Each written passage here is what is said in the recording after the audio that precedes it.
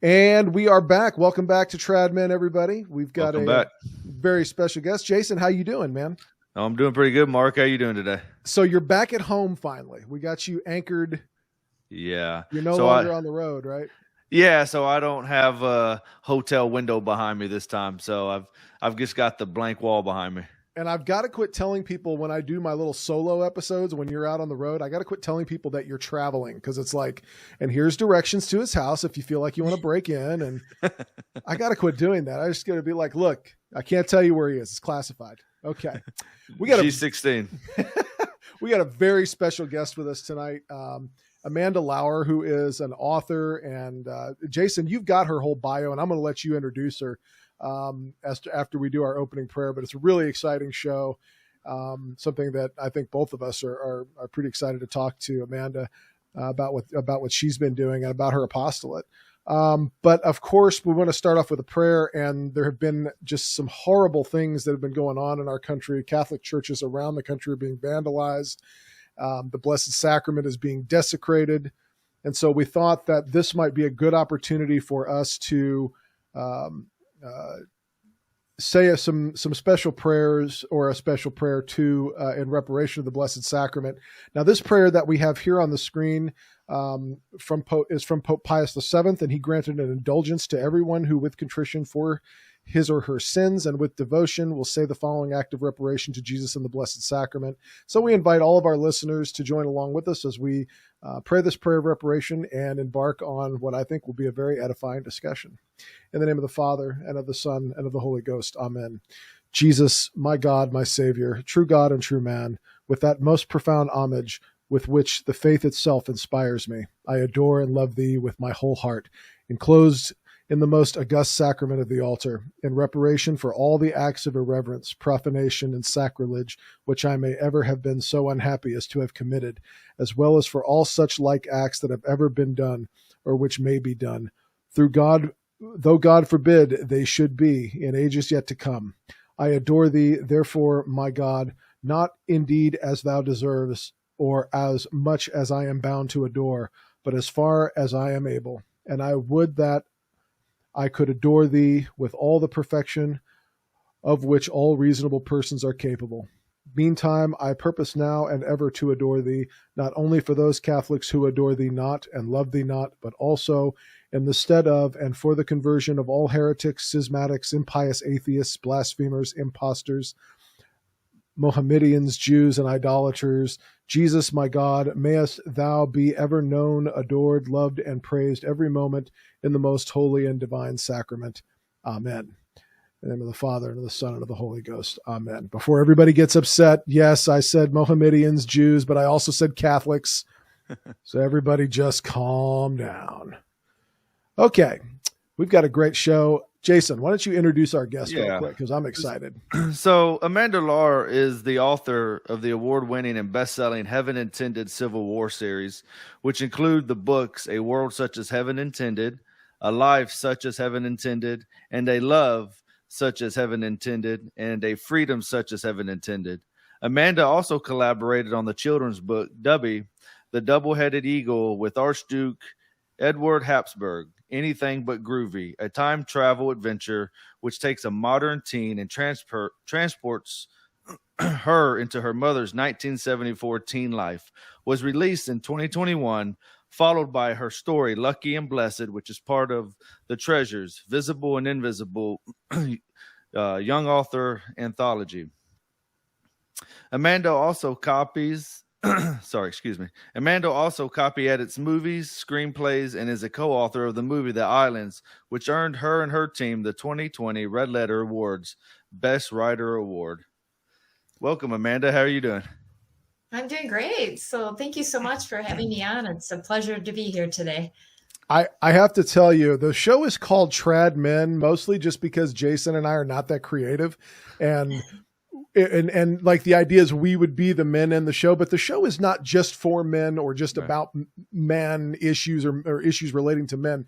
It's so we're very honored to have our trad women come and join us, and definitely speak for, give us a perspective on the female perspective, which is a very important part of the church. And so I definitely want to thank you for coming on and being on the show.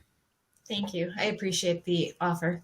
Absolutely. Yeah, and I just want to say I came across Amanda on Twitter one day. I guess just through a comment or whatever I'd come across, and I saw that you were an author and everything. And I know my daughter enjoys reading what she calls Catholic romance novels or books that deal with that faith, because of course in today's culture and today's media, we're very picky on what we allow her to read and watch, all of our children, because there's so much things out there that would pollute their minds if we allow it. Right. So I know she had read another series of books. I can't think of the name of them.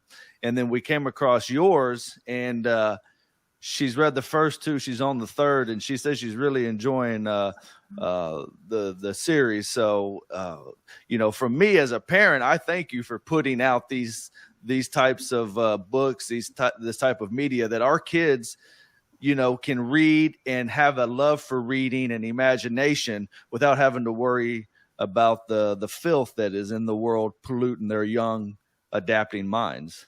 Right. I'm just so blessed and lucky that I have been given this talent to bring these stories to light.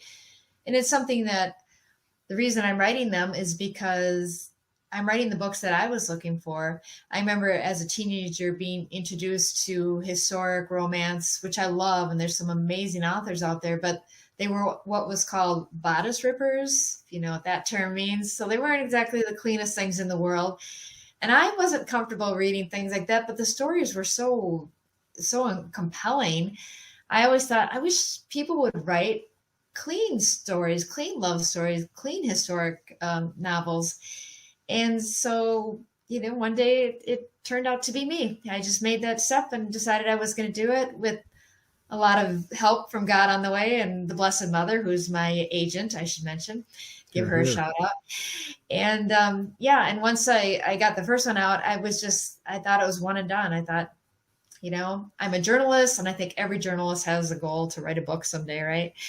And I got my book out, and I thought my life was complete. And then 3 days later, people were saying, when is the sequel coming out? And I'm like, there's no sequel. No.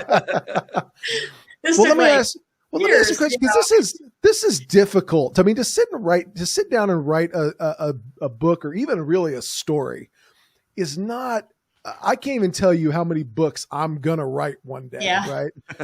So, is this a talent you've always known you've had, even since you were a child? You were just good at formulating stories or things like that, or you were a good writer, or did this come about completely by surprise that I had this I would say talent? Completely by surprise, but kind of the bottom line is I'm an avid reader. So when I was a kid, I went to a really small Catholic school, every grade in one building. And our principal was a sister, and she was also the librarian. So we're still friends to this day, and she's probably in her 80s or something. But I think I read every book in the school library. And occasionally I would collaborate with friends writing different fun little things, but I never thought I was like the lead writer or the most talented or anything. And basically what happened is I went into a career of proofreading and took off 15 years from that career to raise our 4 children, to get them all into school. And then after that, I went back to proofreading again for a big the Milwaukee Journal Sentinel, basically in Wisconsin. They had many regional newspapers.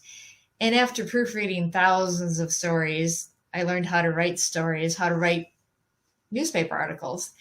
And so I threw my name in the hat to help them out, because they were short beat writers, what they would call it, and just started writing all sorts of things. At first it was, I was covering high school football I was the only woman, I think, at the time doing it. And from there, I just expanded into all different fields. And after 9/11, they shut down all the regional papers through that organization because of the advertising industry was kind of in a funk. And I went out on my own and just started writing for various, probably about 24 different newspapers, just freelancing.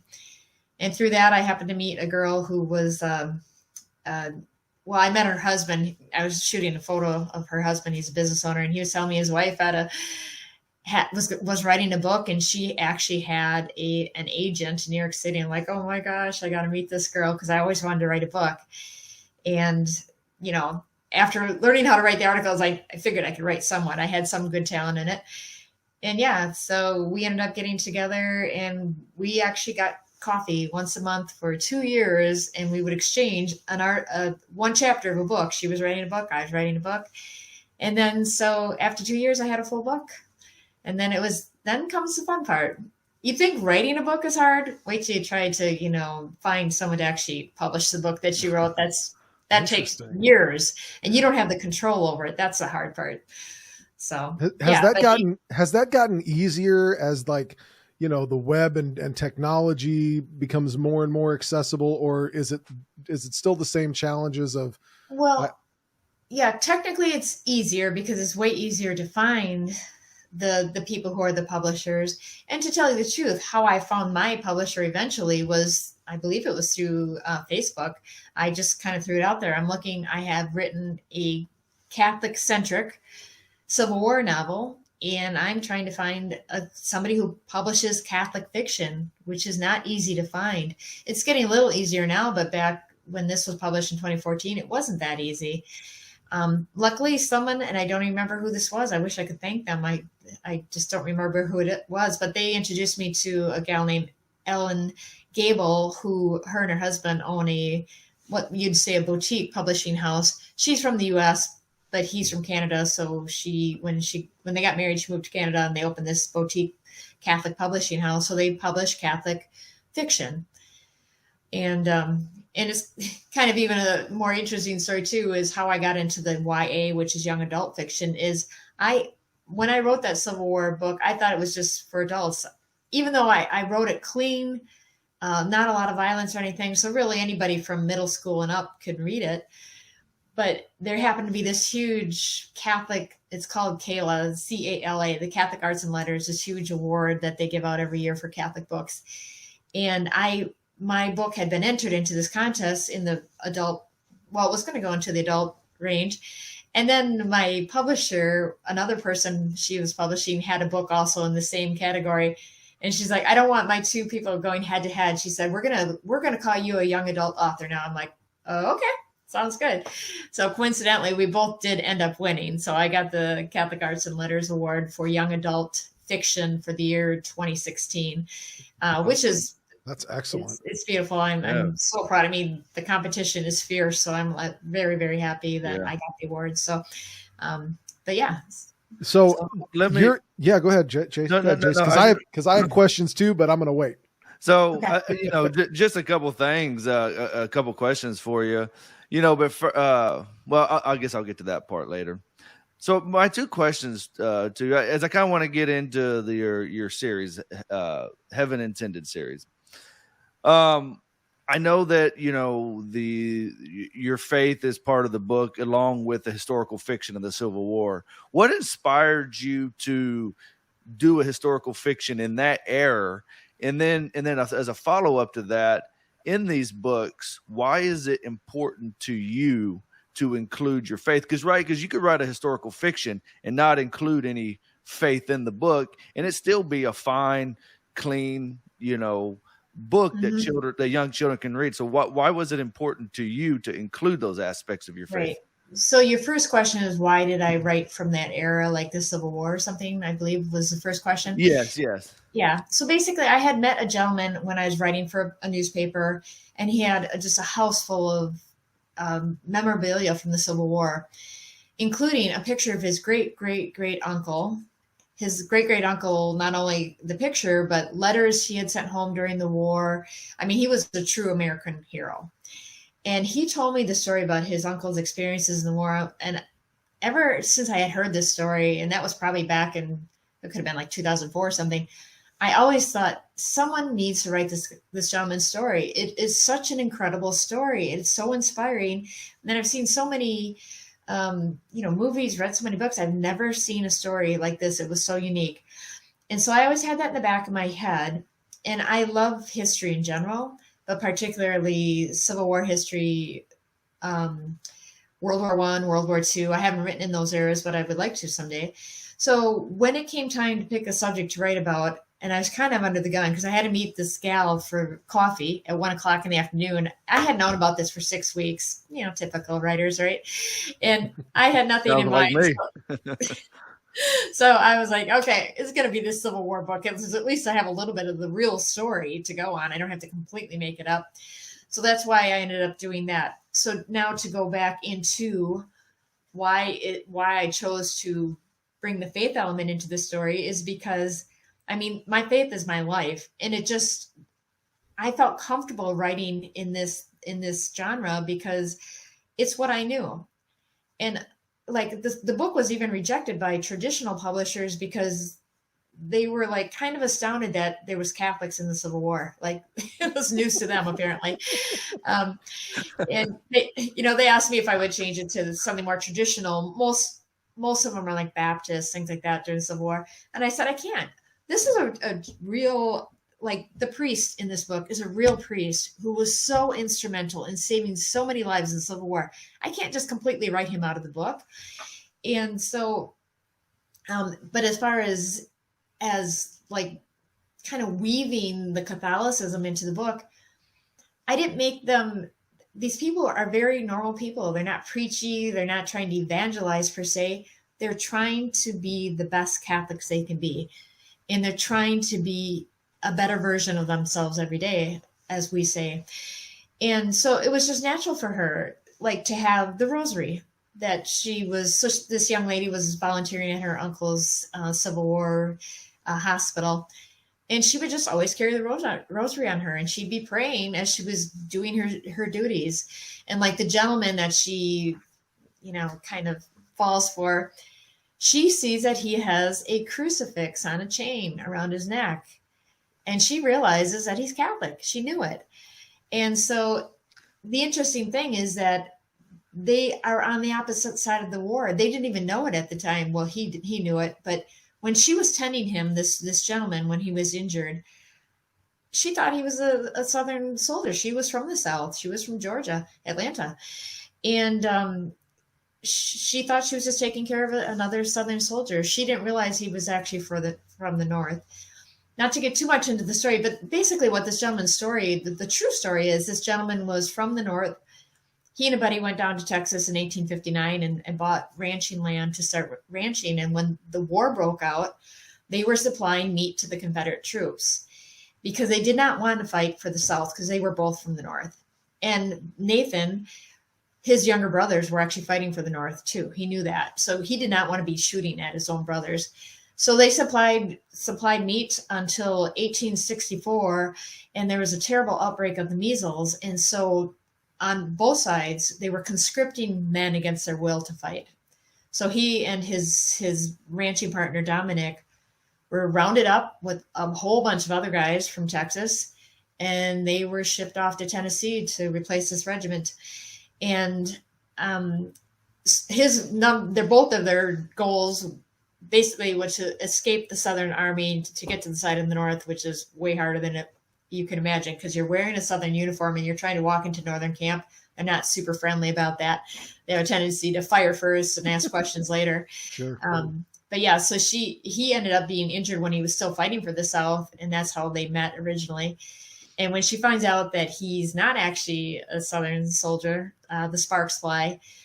And there's a lot of animosity, and she's very, very angry with him. But the one thing she realizes is the thing they have in common is their Catholic faith.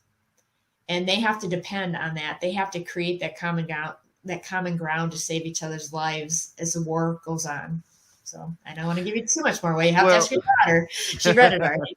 Well, I would, and that kind of story to a young kid, I would imagine, even though it may not be, a nonfiction, it's historical fiction, that would inspire these kids, particularly these young girls, as they grow older, and if they see their vocation into married life. Hey, our faith is what's going to hold this marriage and bring us together, versus all these externals that the world is telling us that you need to have a successful marriage, right? So putting that message in these young kids' mind that read your book, I think is a very, very good thing. So do you ever view the books you write as a form of evangelization for the younger generation? Absolutely. People of all faiths read my books. It's not just people who are Catholic who read them. And the evangelization that I do, it's very subtle. I want people to have a very positive view of the Catholic Church, and I want to kind of demystify it. And a lot of things are explained. If you read the whole set, people will learn a lot about the Catholic faith, and especially at that time frame. So it's evangelizing, but it's in a gentle way. And I really think a lot of kids are reading this and taking this to heart and looking at the big picture. Like you said, it's not all these little things. It's the bigger picture, is your faith. And the funny thing is that young men and young ladies seem to really love these stories because the books are told in a unique way. Every other chapter is told from first the girl's perspective and then the guy's perspective. So the girl is on the home front, the guy is on the war front.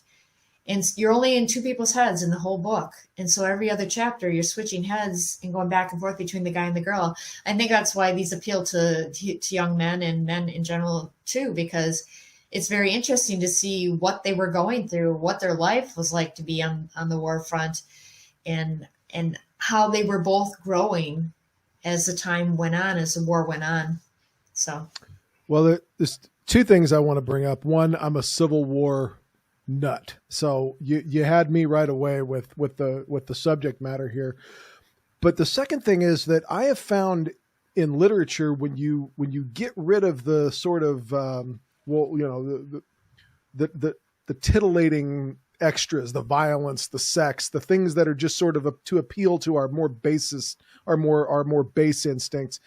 When you get rid of that stuff, you can really start to explore ideas, themes, which I think back to the work of like Dostoevsky, who would set his novels in Russian historical settings, but they weren't really about what was going on at that time. It was an exploration of Russian Orthodox Christian ideas and how the characters struggle to implement those ideas, and whether those ideas are good ideas or bad ideas. He became a philosophical, genius, and one of the great literary minds of our time, of any time, really. And I think what you've done here is so on point, because many times when you're a Catholic, it's not just a denomination of Christianity. It's more than just a thing we do for an hour on Sunday. It governs every aspect of our lives. And so when you have these characters who are at very difficult junctures in American history, maybe something similar to the one we find ourselves in right now, right, and they're exploring ways that they can implement these Catholic ideas, it takes a reader, it takes a moment for a reader to put the book down and think about, well, is human life really sacred if we're all just offing ourselves by the hundreds of thousands out here at Gettysburg? And how do we reconcile some of these ideas about faith and transcendence and Christ as I'm killing my Catholic brother who's across the field over here? It's very deep, and these are not simple things to think about, right? They're very difficult concepts. And so I think that this so great what you've done here. And I'm a big, like I said, big Civil War buff. So I'm a big fan of what you've done, and I think is very important. Thank you. I really appreciate it. It's very kind.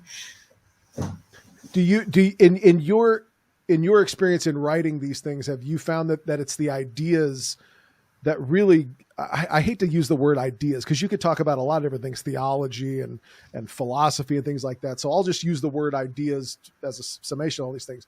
Do you find that those things get to shine forth a little bit more when you get rid of, some of the fluff?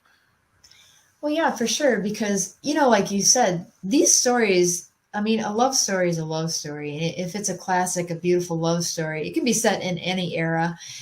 So yeah, I like to, like you said, to not, I'm sort of like blanking on how to say this, but to take away the stuff that doesn't have to be there. I want people to also use their imaginations too. And you don't have to describe every single thing that goes on.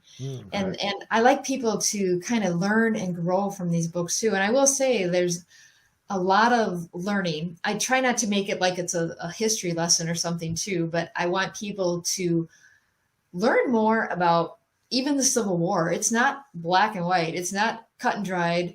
Yeah. It's a lot more complicated than people want to make it seem. People want to Sure. whitewash history or something like that. But there was two very, very distinct sides, and it wasn't exactly how people, it wasn't all about slavery. Let's put it that way. There was a lot more issues involved in that.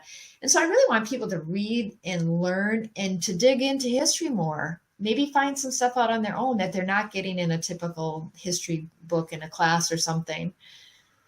And the same thing with the faith too. I put stuff in there. I have a new book coming out after the first of the year, which is a time travel set in Scotland in 1691. Interesting. Yeah, and the Glorious Revolution. Yeah. Oh my gosh. So-called yeah. Glorious Revolution. Well, it's set during the time of the Glencoe Massacre, if anybody knows what that is. So this 17-year-old girl working at a golf course in the United States gets struck by lightning and wakes up on a golf course, the oldest golf course in the world in Scotland, surrounded by men in kilts. So there's some humor woven into this too, but there's a lot of, she learns so much about her faith when she's in Scotland because these people are doing the traditional Latin Mass, everybody was at the time. And she listens to these sermons from this priest, and he tells it like it is, and she's like so shocked, like, did they change the rules in the Catholic Church, or is this really what the church believes? What a brilliant way to approach that subject. Oh my gosh.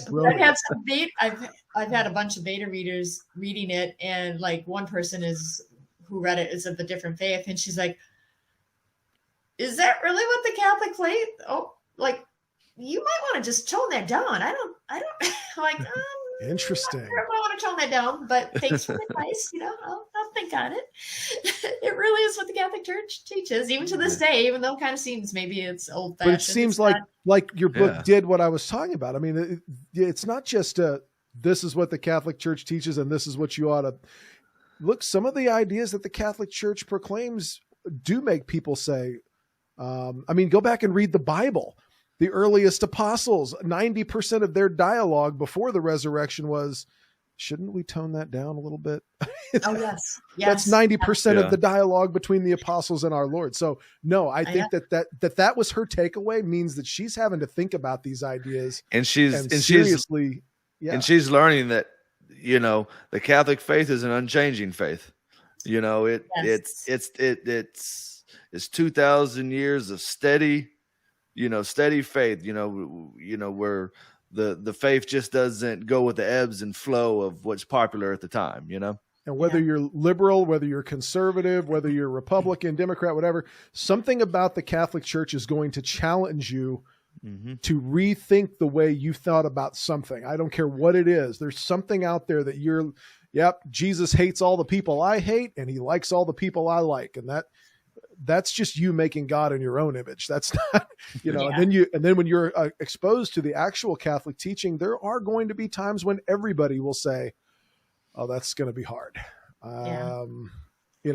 So the fact that was her takeaway means that I think you've successfully communicated the idea, is what it sounds like to me. Right. And another thing is another story that you had mentioned in the book Treasures Visible and Invisible. I think you mentioned it. I have a story called Lucky and Blessed in there. So 8 of us Catholic authors worked on this book together. Catholic Teen Books is our group.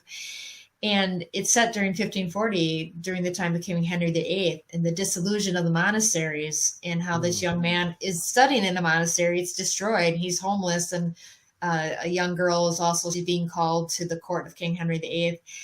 And it's interesting to me because it's one of the saddest times in the history of the church, is that when King Henry VIII basically tried to destroy it, or created his own church or whatever.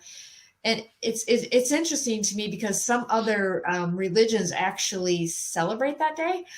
And I'm like, that's like the saddest day of the year. It's like, if the church hadn't been destroyed, can you imagine the beauty, the power, the majesty, everything we'd have in this day and age if we'd all be one faith, all be the faith that Christ started when he was here on earth, right? Yeah. Well, I was starting to read a book. He's a fraternity priest. What's his last name? Father de Mallory, I believe. He's writing a book. Sophia Press has put it out. It's about Eucharistic love, and in the beginning of that book, I don't want to give too much on his book, but he talks about an old monastery and whatnot that basically, after the Reformation and all that, is it's down to rubble. People were playing, throwing frisbees and all this. But at one time, this was a big, beautiful monastery where you had monks serving God. But after, King Henry did what he did and whatnot, all that stuff ended up getting destroyed, like it did through much of Europe, all of England, pretty much. And right. Yeah, I know. I was going to say, it's even like in Ireland. My family's from Ireland, and so my father's a first generation Irish American, and we were in Ireland a few years ago, and the destruction is still there. It's amazing how many churches were destroyed, and a lot of things that were destroyed with the churches. It's not only the physical building; it was all the records, because we can trace my history back to the time of like William the Conqueror. My maiden name is Purcell, and he was apparently a general or something with that gentleman. But in between, so many records were lost because they were destroyed during the whole Reformation and all that. And so it jumps from like 1066 up to like the late 1800s is where it kind of picks up again. So I don't know that we'll ever be able to trace our roots back very far because of that too. Well, you're in good company, because both Jason and I trace our lineage back to the same sunny island where people ironically don't tan very well. So when you mentioned Scotland in 1690, I immediately started to twitch. I was like, uh-oh, here we go. So you're in good company amongst the Irish people here. But leading to destruction of monasteries and destructions of things, it led me to my next topic, which was, you wrote a book called Anything But Groovy, and I thought, did she write a book about the Novus Ordo Missae? Is that what this is about? And it was not about that, but I thought, man, what a great title for like the history of the Gather hymnal, Anything But Groovy. But anyway, tell us a little bit about Anything But Groovy, because I did look into it, and I was like, okay, it's not what I thought, but it's still kind of interesting. So basically, it's a young modern girl, 13 years old. She's in 7th grade, getting ready for her first day of school. The night before school starts, she lives in the home that her mom had been raised in, lives in the town her mom always had grown up in, goes to the same little Catholic school her mom went to. And she's playing volleyball the night before school starts, and she gets knocked in the head, and she wakes up in the morning in her bed. Everything seems normal until she kind of opens her eyes and looks around and realizes like something is weird about the bedroom. And then she looks at herself and realizes she's in her mom's body in 1974 when her mom was 13 years old in 7th grade. And so she has to live an entire school year as her mom. And things get very complicated because she never knows if she's going to go back to her normal life in the blink of an eye, or if this is her forever thing, or just she's being punished for something. She has no idea why she's here. So it's interesting for her because She doesn't want to mess anything up. So she's trying to negotiate, figure out who her mom's friends were. And the thing that makes life very complicated is the biggest jock in the school who's in her class seems to hate her. She has no idea. Like, was there some bad blood between this guy and my mom? And he makes it his life's work to bully her. And she gets to the point where she's just like literally sick about it. And the story, the interesting thing, I guess, maybe people will think it's interesting, but this is actually based on my true life, my 7th grade life. No, I didn't try time travel, but we turned it into a time travel book at the suggestion of some other writers to draw in young people today, rather than make it like a memoir or something like that. And so this young lady has to go through everything basically I did back in 7th grade. And it wasn't easy, but what doesn't kill you makes you stronger, right? Right. But kind of her dilemma is that she knows some of the people that she went to school with, that her mom went to school with, are still live in the city they live in this day and age. And so she knows their fate to some degree. And so she doesn't want to mess things up and mention things. She doesn't want to do an intervention. But it's such a fine line she's walking. She's trying to make sure she recreates and does the things she remembers kind of that her mom went through, but doesn't want to mess anything up. And it's interesting. I mean, there's humor in that. There's some sad times. There's some hard times. The bullying isn't easy. But it's a redemptive story, because she hangs on to her faith and things do get better. And it's a story that would probably be helpful to any middle schooler who's being bullied, that like things can turn around in the blink of an eye. And that's literally what happened in this book and in my life too. So, yeah. And it's probably a good story to teach young kids about redemptive suffering too, right? Yeah. Sure. Offer these things up, because like you said, it does get better, because we've all been there. I know you said it was based on you, and you were probably feeling the same way. Tough times in my life when I was a kid, probably Mark, same way. You just don't think this is ever going to end. And then 10 years later, you look back and you're like, well, it was bad, but it wasn't long. But at that time, and, talking to kids, my kids today, when they're going through stuff that's hurting them or things they don't like, you try to pass that message of, from a religious aspect of redemptive suffering, but it's hard to get that message across to a young mind exactly what that entails. Right. Jason still bullies me on the show. And a lot of people pretend like they don't see it, but I got to be honest with you. This stuff is recorded, Jason, and we put this all on YouTube, so people know. All I know is you're a lawyer, so this whole conversation was about you. Okay, just so you know. But it also, the idea that anything but groovy, we all have a tendency, I think, and I'm an adult now. We're all adults on this show, that to romanticize supposedly our past. Yes, at least chronologically, we are adults. Mentally, and whether or not our sense of humor is caught up is another thing. But we have a tendency to like romanticize our time in adolescence. And I remember just the other day telling somebody, a 90s pop song came on and it was very upbeat and it was very catchy. And I remember telling them the 90s really were that great. But they probably weren't. There were challenges and things to go through. And so, with young people, there can kind of be this animosity of, well, my parents had it easy and my life is the one that's hard. Yep. But if you had to live a day in your parents' shoes as an adolescent, and you wake up and you go to check Facebook and there ain't no Facebook. Also, there's no phone to check Facebook on. Yeah. And Oh my gosh. You don't even know who's on the phone till you answer the I was about to say. So, I thought that was very interesting. And it was a really clever, the time travel kind of thing is a really clever plot device that, I can't think of stuff like that. I'm not that creative. And so I think it's really, it's when I meet somebody who does that and who has that talent, it's pretty special. And I'm kind of in awe of that. So now I want to talk also about treasures, visible and invisible. Now, this is probably one of the most interesting things that of all your titles. I looked at this one and I was like, okay, this one probably, it's got Patrick right there on the cover. It's got the shamrock. Yep. Okay, you're hitting all the notes. Tell us a little bit about Treasures Visible and Invisible. Yeah, I had slightly referenced it before, but Treasures is a collaboration between 8 teen Catholic authors. Well, we're not teenagers, we write for teens. So Catholic Teen Books is the organization we belong to.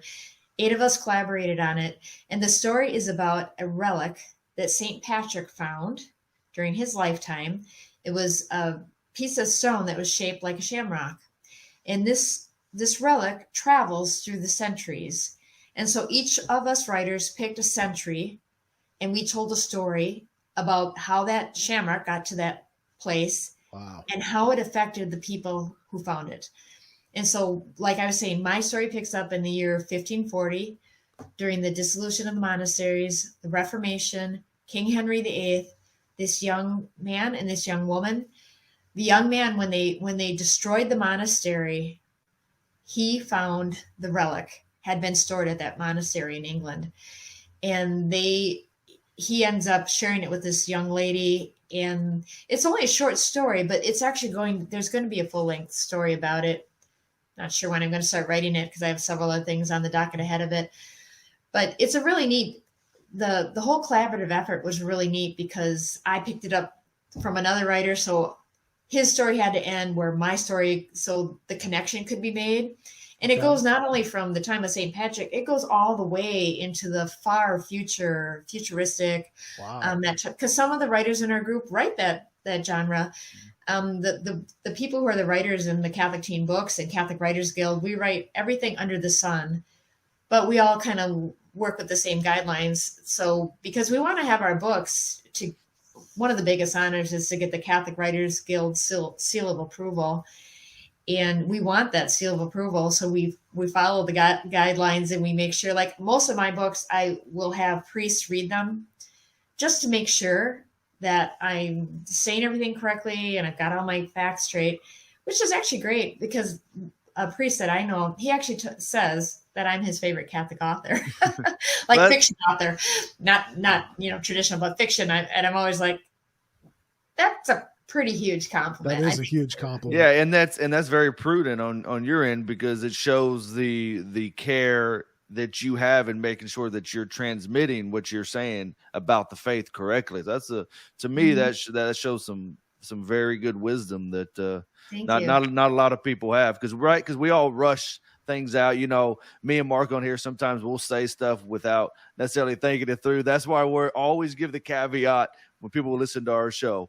If we say anything wrong, defer to the magisterium of the Catholic Church, not us, because we don't always necessarily have that prudence like we should. So, it gives me confidence as a parent, my daughter, and maybe later my sons, if they pick up the books and read them as well.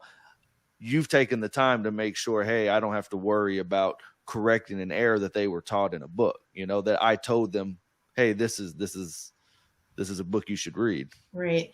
And it's not only like priests who read, even the bishop of our diocese, he has all my books. I always make sure he has a Crozier mass once a year. I always bring him my newest books. I sign them for him and he's a big fan. So yeah, a lot of religious women too.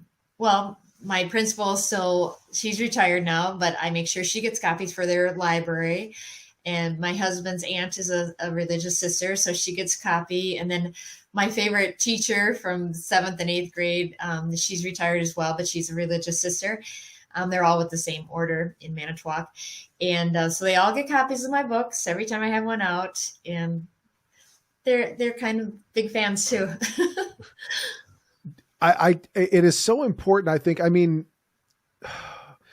a priest one time in confession told me that every generation has struggled with, consuming media that is not good for the soul, shall we say. But he told me out of all the generations in the world that have struggled with this, yours is going to have the toughest fight because it's everywhere. You can't turn on the news. You can't watch the news anymore. And it's so wonderful to be able to that there's still somebody who believes in the virtue of curling up with a good book. and getting lost in a story that is more than just a story, more than just a story about fictitious people, but very real virtues and very real tests of faith that you will encounter in your life. And if you can see and sort of flesh out how these fictitious characters will navigate these issues, that to a young person could be very, very beneficial. I mean, do you agree with that? I mean, is there something there? Yeah, for sure. And, I was like thinking as you were speaking, about the movies and all the things now.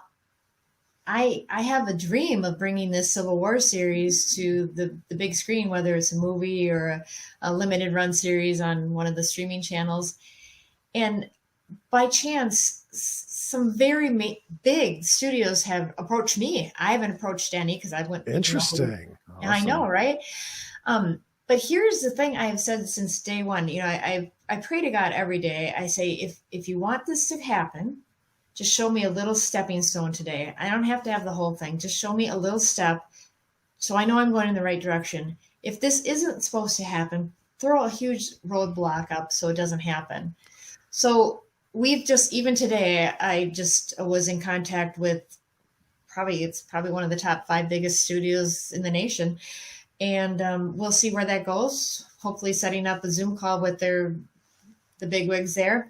But the one thing I have said from day one is I'm not going to sell my soul to have a movie made. Hear, hear. I'm not going to cross that line. And it seems like even movies that are out that are made on Christian books right now, they still have to cross that line. They say, oh, everybody wants that, or they want that, stuff in it. I don't want that. And I just pray that God will let this happen, and it will still be for his greater glory and a project that I'd be proud to have my kids and my grandkids watching and not be embarrassed.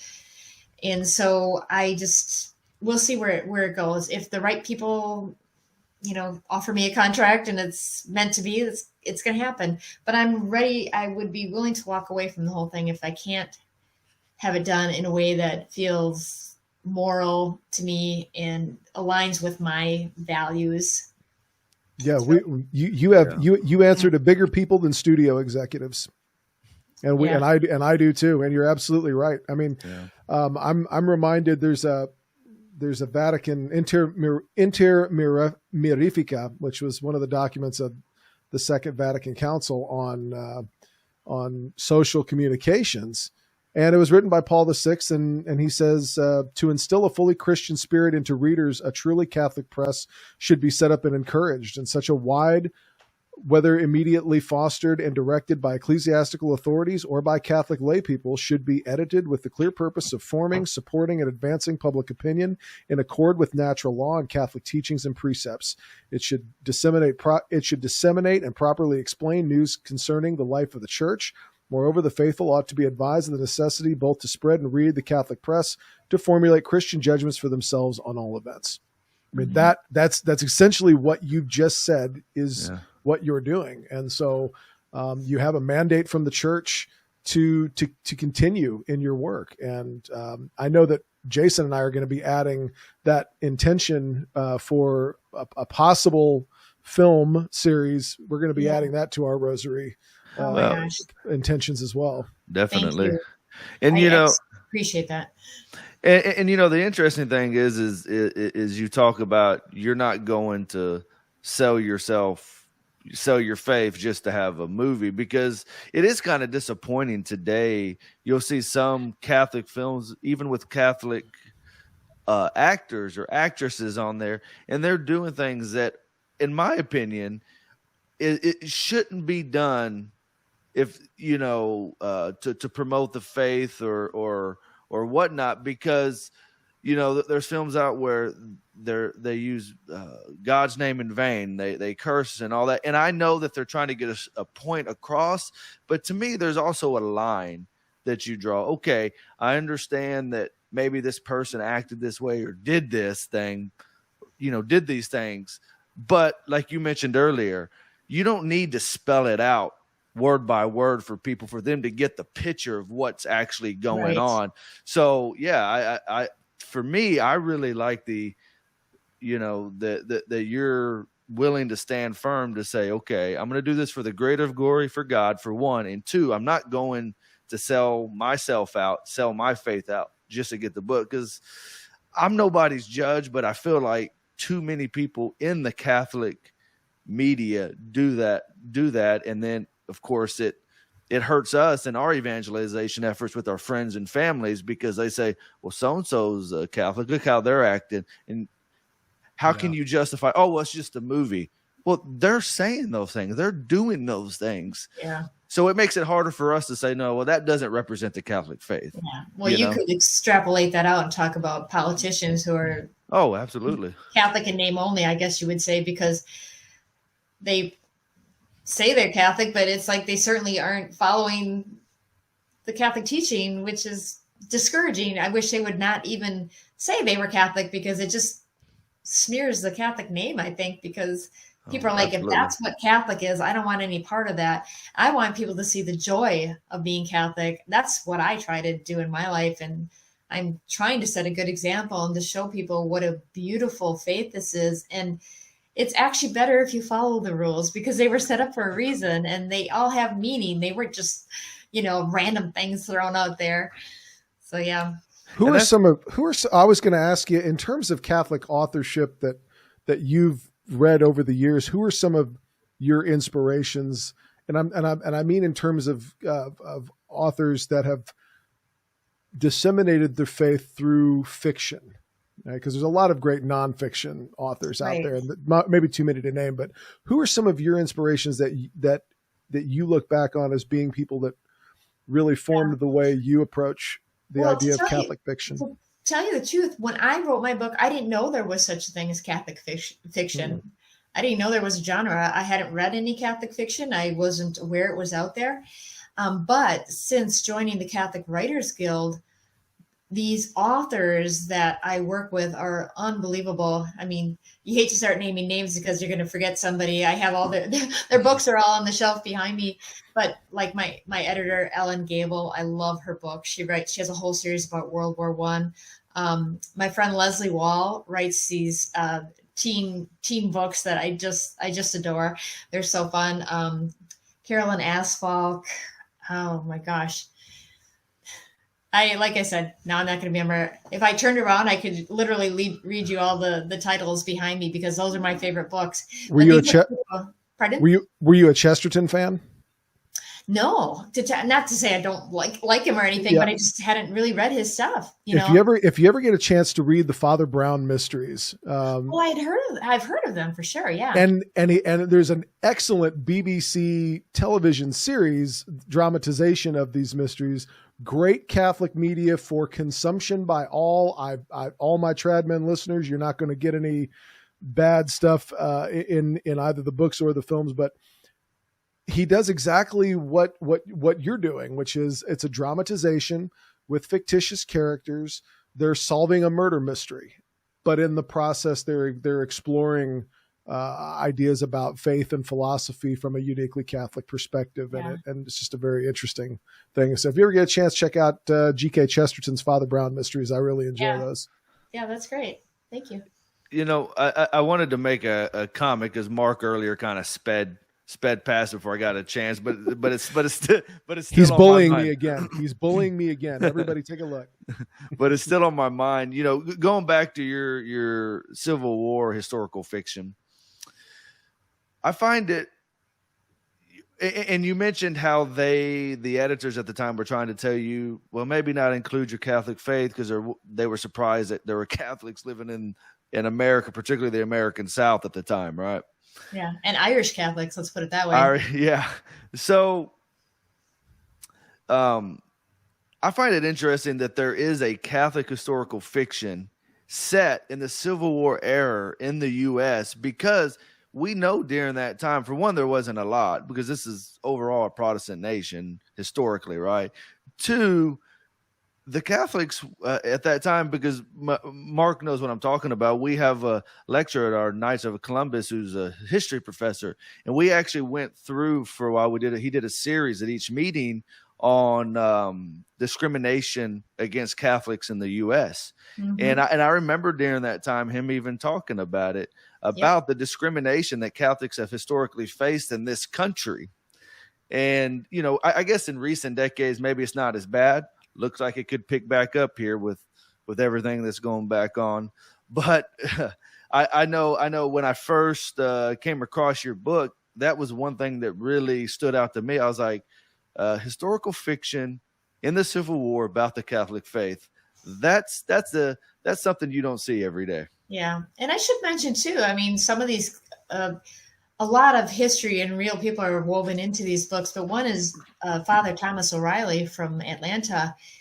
And you'll probably never hear this story in normal places, but he is the one that actually had the talk with General Sherman and said, if you burn one Catholic church in this city, you know, that they had a cathedral, if you burn this church, because he was burning his way to the Gulf of Mexico, he said, every Catholic on both sides, north and south, they're deserting, they're done. And so Sherman actually made a deal with him that he would not burn anything on the inner square of the city of Atlanta. So not only were the Catholic churches saved, but all the other churches and their courthouse were all saved too, by this very, very brave Catholic priest. And he actually not only did that, but he went into the battlefields on both sides, into the tents where they were doing surgeries and stuff, and he would help both sides.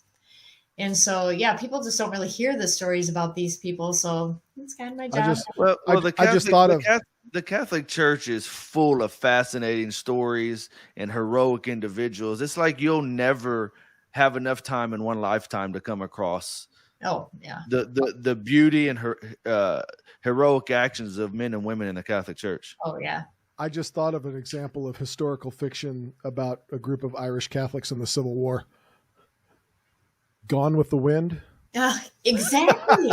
Remember when they're all sitting in the parlor praying their rosary before the war breaks out? It's funny. We literally just rewatched that movie, like, I think it was last year. And I had totally forgotten that part where they're all literally, they're saying the rosary in the beginning of the movie. How did Mark pull that out? The Union, let me tell you something. The Union, the Federal Army's basic plan from 1862 to about 1864 was to run the Confederates out of bullets by just throwing Irish bodies at them.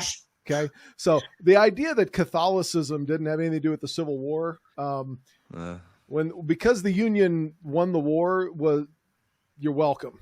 They would get off the boat in New York, and they would be told that part of a condition of your citizenship is fighting for your country. So they'd get off the boat in New York, they'd get handed their rifle, they'd get back on a boat to Charleston, and then on the other side of the dock is them getting back off the boat again as corpses. You know, gosh. Yeah, 700,000 Americans died in that war, 10% of the male population of the country. Oh my gosh, I know, it's so crazy, and that's why you look at the world in this day and age in the United States and like, oh my gosh, people, sometimes you think we're on the edge of a civil war because there's some profit to it. Because I think if you look at people, we have way more in common, everybody in the United States, than we have opposite. I always tell people I could have a cup of coffee with just about anybody on this planet, and I'd probably find something that we had in common and we could chat about.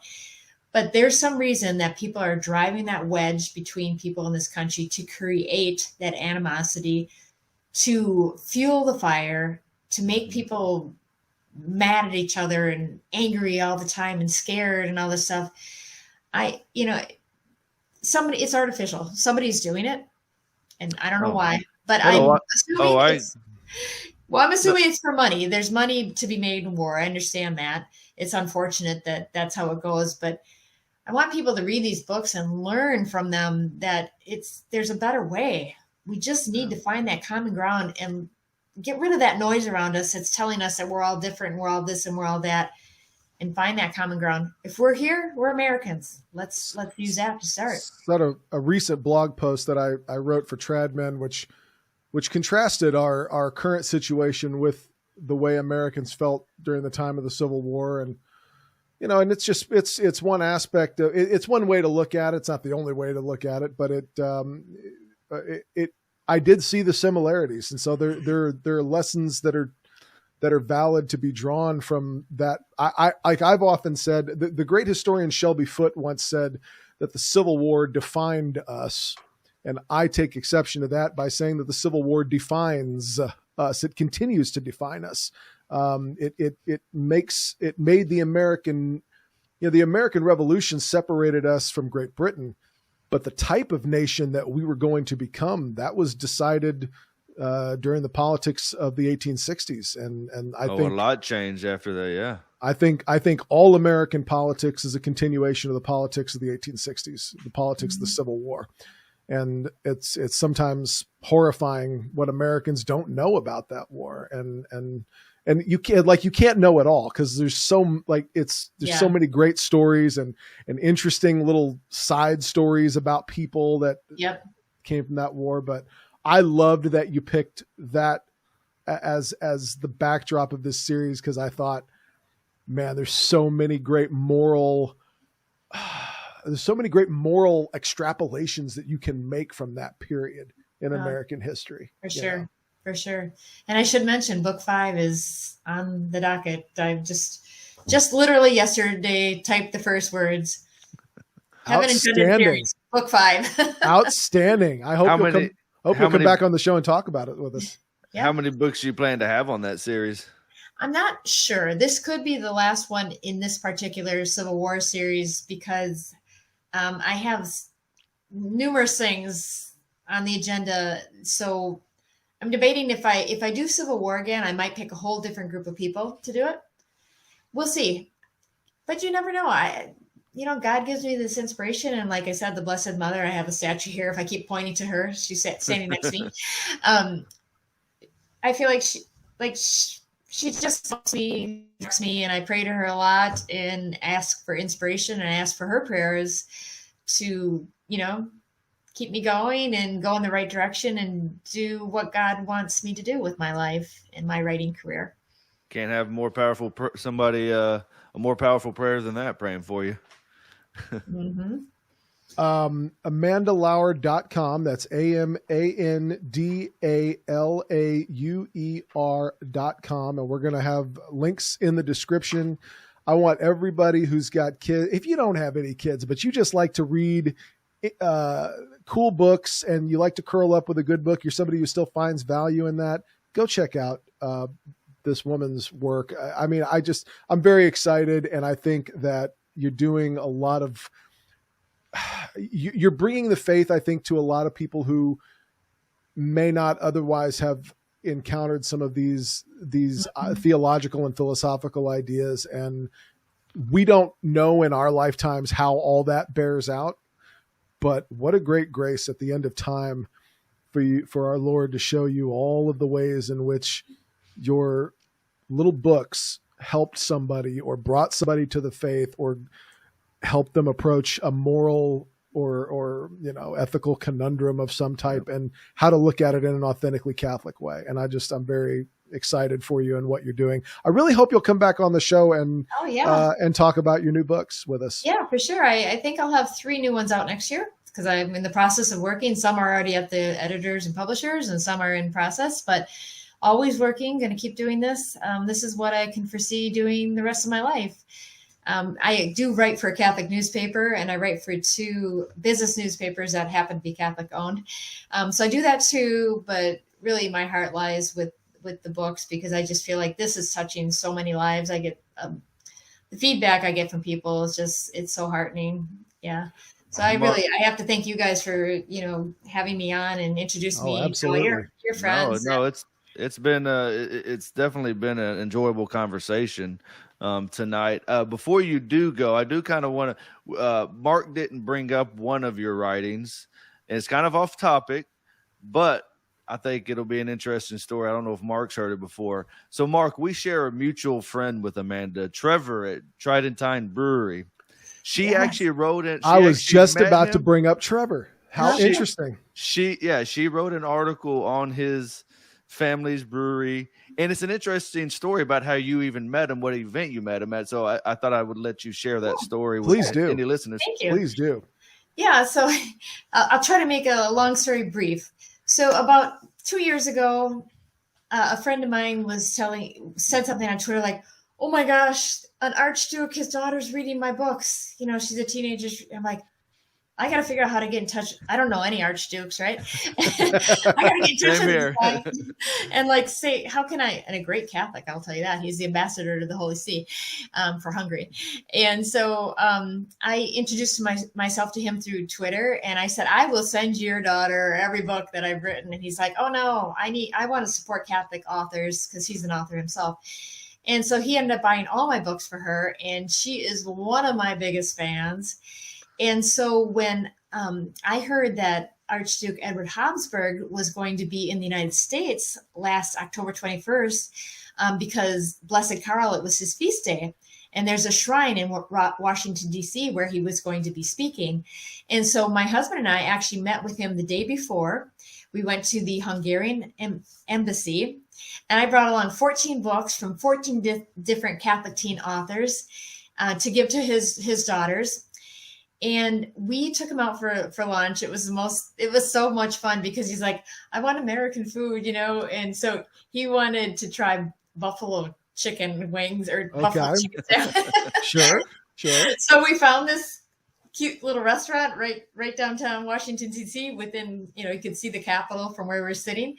And so then the next day we went to that mass. It was my first Latin mass, believe it or not. Interesting. And it was so beautiful and so touching. I just absolutely loved it. And by chance, another person who has my books was at the mass with him, another ambassador, Callista Gingrich. And so she and I traded books. So I gave her all my books, because she grew up in Wisconsin too. So, and then she gave me a whole set of children's books that she had written. And so after the mass, Edward gave us a talk in this church basement area. And that's where the Tridentine Brewery people were, because they were supplying all the beer, because it was Blessed Karl beer. And so that's where I first met Trevor. And I ended up writing a story for Catholic News Service about Edward and his ancestor, who's going to be, we're praying that he'll become a saint, Blessed Karl, and his wife, Zita. We also are praying that she'll become a saint too, because she's in the process as well. But then after meeting Trevor there, I thought, you know what? This is such a cool business that he has, where he's making these like saint themed beers. And so I got in touch with him and asked if he would be okay with me writing an article for him for the Catholic News Service as well. And he agreed. And we spent some time on the phone. It was great. And he's in the Chicago area, which isn't too far from us.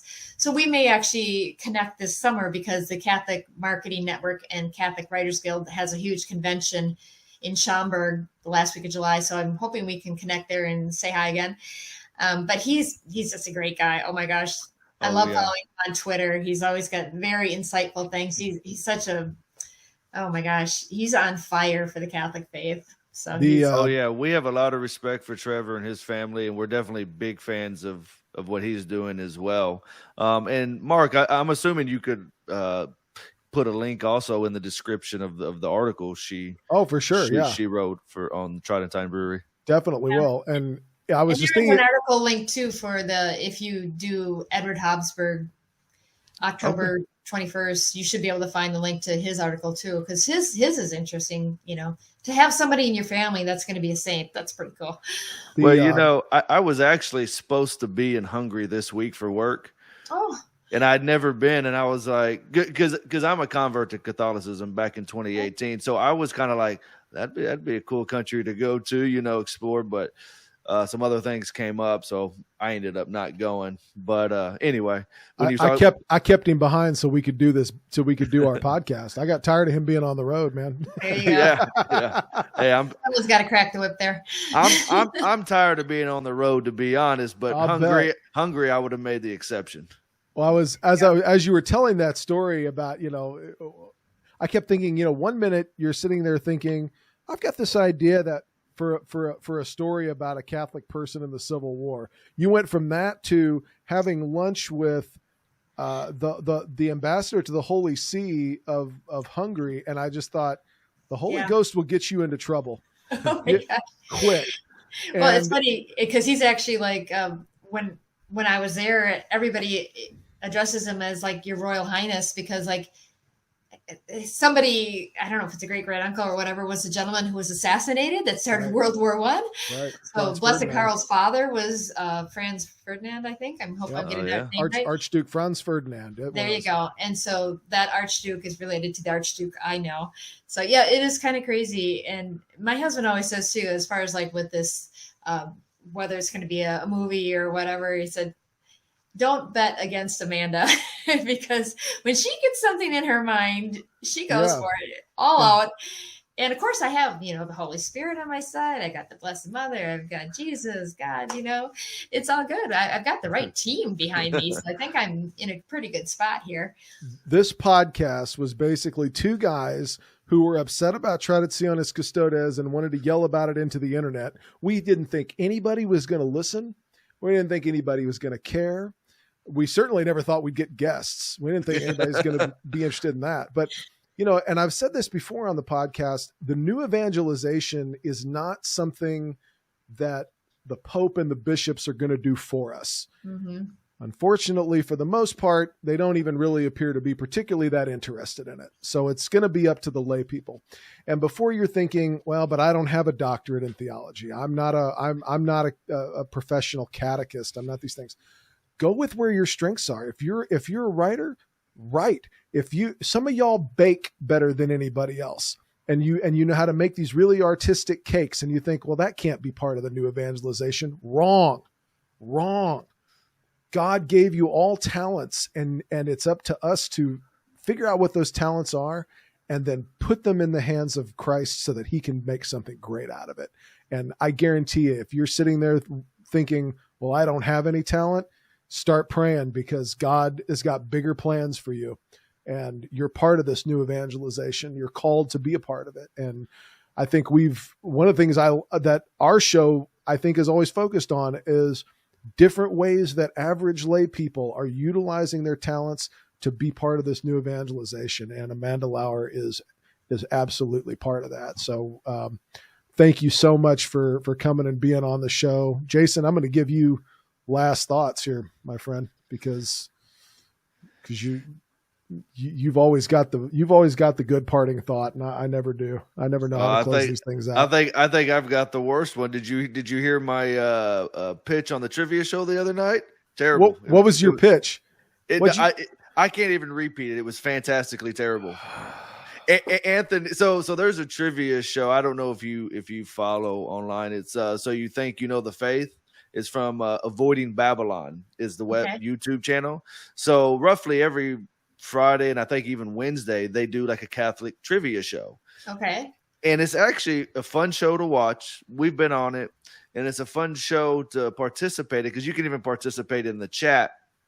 But we were on it last week, and you actually do learn some pretty cool trivia about the Catholic Church, joke around, laugh, and whatnot. But at the end of the show, Anthony, one of the hosts, he says, go ahead and tell us about your podcast. And it was just a train wreck, right? And at the end, a train wreck. And at the end, Anthony's like, I'm not gonna lie, that was pretty bad. That was a pretty bad pitch. And I said, well, I'm gonna get Mark to do it next time. Listen, Amanda, if you're open to co-hosting a podcast, we're gonna have an opening coming up soon. Okay, we can talk offline. But I do thank you for coming on, and I'm so glad that I happened to come across you on Twitter because, like I said, I think I may have just seen a comment that you made or somebody made on maybe Trevor's page or even Angela Erickson because we had her on a week ago. But yes. I came across that, and I think that same night I looked in her books. I sent it to my daughter. And my daughter wanted to read it, and I think we ordered the first book that first night. And like I said, I'm so glad I came across you. I appreciate you taking the time to talk with us, and I thank you for your work and for what you're doing out there. And just keep up the good work, and we'll keep you in our prayers. Thank you. I appreciate that. And I'll keep you in my prayers too. Thank you. Amanda Lauer, you are a child of God and a daughter of the Holy Church, and we are so thankful that you took some time to come and spread some joy on our podcast. And don't forget to check out the links below to links to her work. And we're also going to include a link to her website where you can see all the different titles that she's worked on, as well as some articles that we will link to as well. Until next time, Tradmen listeners, take good care of yourselves, take good care of each other. And what do I always say? Life is hard, but it's harder when you don't pray the rosary. God bless everybody. God bless everyone.